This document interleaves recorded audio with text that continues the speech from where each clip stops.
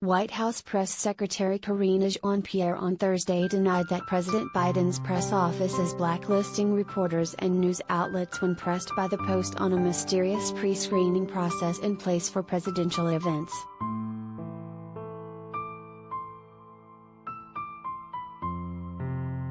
Jean-Pierre said she didn't know how the press office is picking reporters for indoor events where Biden often takes questions, despite the broad suspicion among journalists that it's done to shape the type of questions posed to Biden.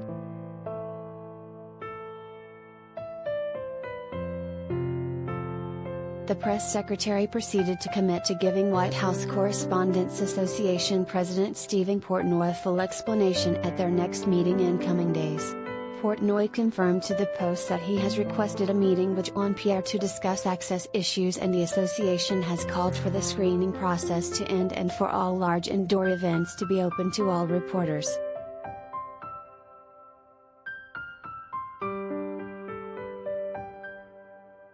The Correspondents Association has tried in vain to figure out how this process works, the Post told Jean-Pierre at her regular briefing. And over time, it has kind of morphed into a bit of a blacklist where certain large media outlets such as my own are almost never selected.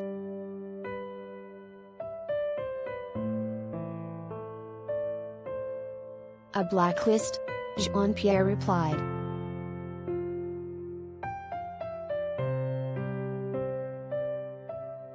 I represent the fourth largest newspaper in the country and I haven't been selected since November, the Post replied.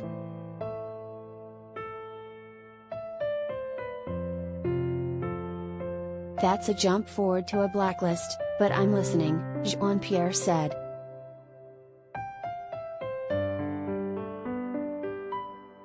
It's not just me, it's certain others, the Post replied.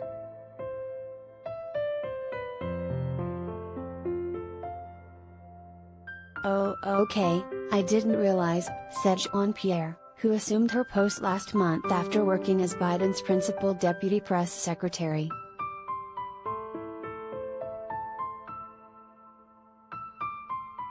The Correspondents Association actually wants this to be done away with. But I was hoping that I know you're new in the position, but perhaps explain how the selection works, the Post followed up.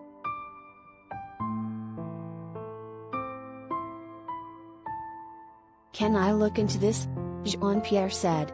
Because I actually don't know what the process that you're speaking of. I think blacklisting is a very strong word to use. We have been, we try to make sure to do our best to make sure that the press gets to hear from the president directly. It is important for us. It is important for you all, it's important for the American people. And so that has been a priority. So let me look into this process that you're speaking of.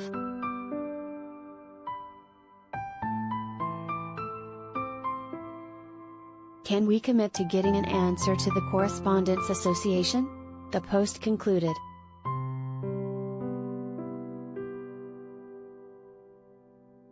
You're talking about Stephen Portnoy? I talk to Steve all the time. We're talking, I believe, if not today, tomorrow.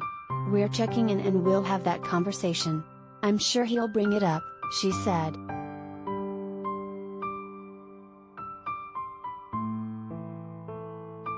The pre-screening process is a significant deviation from historical practice and reporters have been given a wide range of conflicting explanations of the criteria.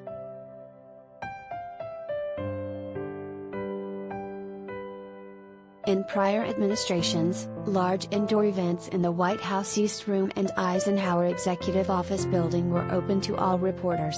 Last year at a briefing, then Press Secretary Jen Psaki declined to say how the selection process works.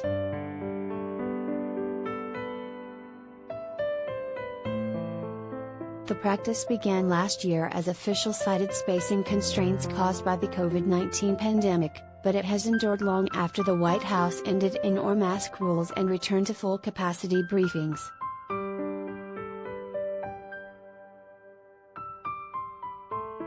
In a sign of how little the coronavirus spares on current capacity, Biden on Wednesday told guests that were packed tightly into the East Room that they would have to lean on one another because they were too crammed together to sit.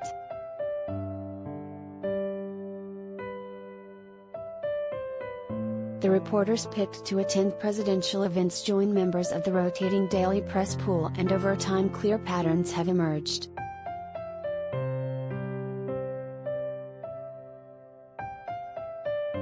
Brian Karem, a veteran reporter who writes for left-leaning Salon, has led press corps pushback to the pre-screening process, including drafting a letter to Psaki in April that was signed by many reporters, including Portnoy, who works for CBS News Radio.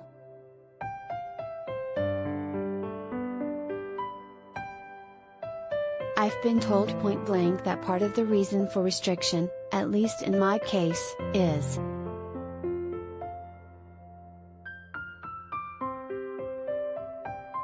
because I'm not liked and that I give you all grief. Let me be equally candid. My job is not to be liked, nor is it to be concerned about such things, Karem wrote in that letter.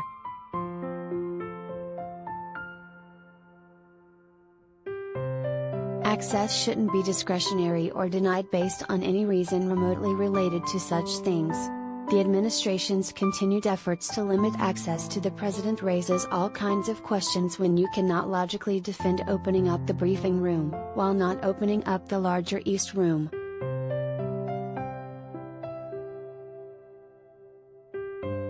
Karem told the Post after Jean-Pierre's briefing that he hopes the practice will end soon.